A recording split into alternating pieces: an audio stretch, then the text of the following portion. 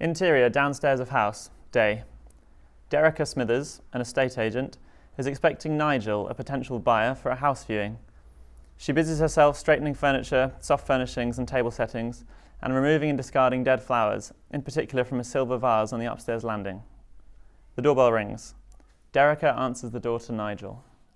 Come on in. You will find this property a real treat. Thank you. Nigel removes his shoes.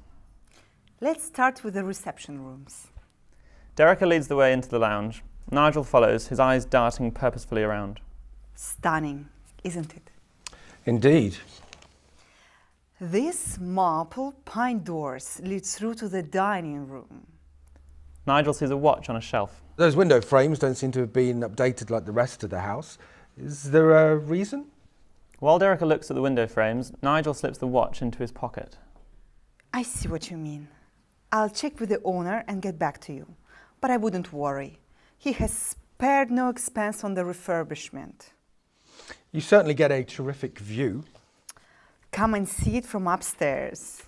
Derricka leads the way upstairs. This is the only house that gives you an unobstructed view down the valley.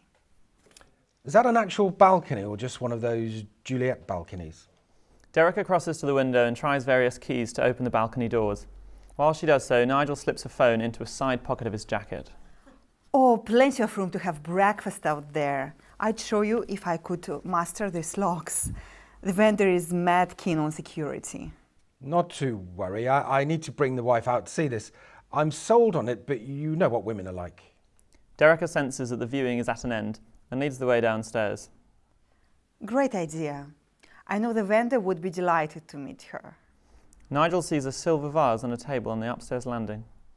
Is the downstairs hall carpet the same as on the stairs? While Derricka looks at the two carpets, Nigel slips the vase into his trouser pocket. The vase is full of water, which Nigel had not considered. As he puts it into his pocket upside down, it empties out and soaks the crotch of his trousers. Ugh. Derricka turns around. Nigel thinks quickly and chooses embarrassment over a jail term. Look, I'm sorry about this. I seem to have had a bit of an accident. Oh dear. Drips are landing on the carpet. Look, I'll just run out to the car. I've got a spare pair of trousers for emergencies. Nigel hurries out, trying not to rattle the stolen items. Exterior, road outside house, day. Nigel has to walk past two boys on their bikes.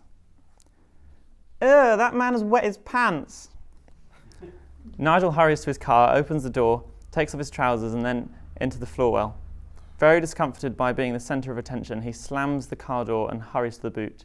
He reaches for the car keys in his trouser pockets, but remembers that his trousers are inside the car.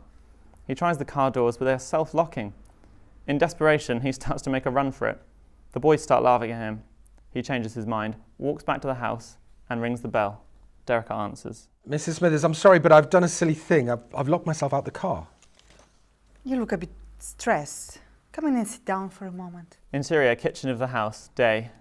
Nigel is sitting at the kitchen table. Sorry about this. I've made so many mistakes today. A police siren can be heard as a police car draws up outside the house. Don't blame yourself. I have as well. I cleared away the dead flowers before you arrived and never thought to empty out the water from the vase. There's a loud knock at the door. Well, the police came quickly for once.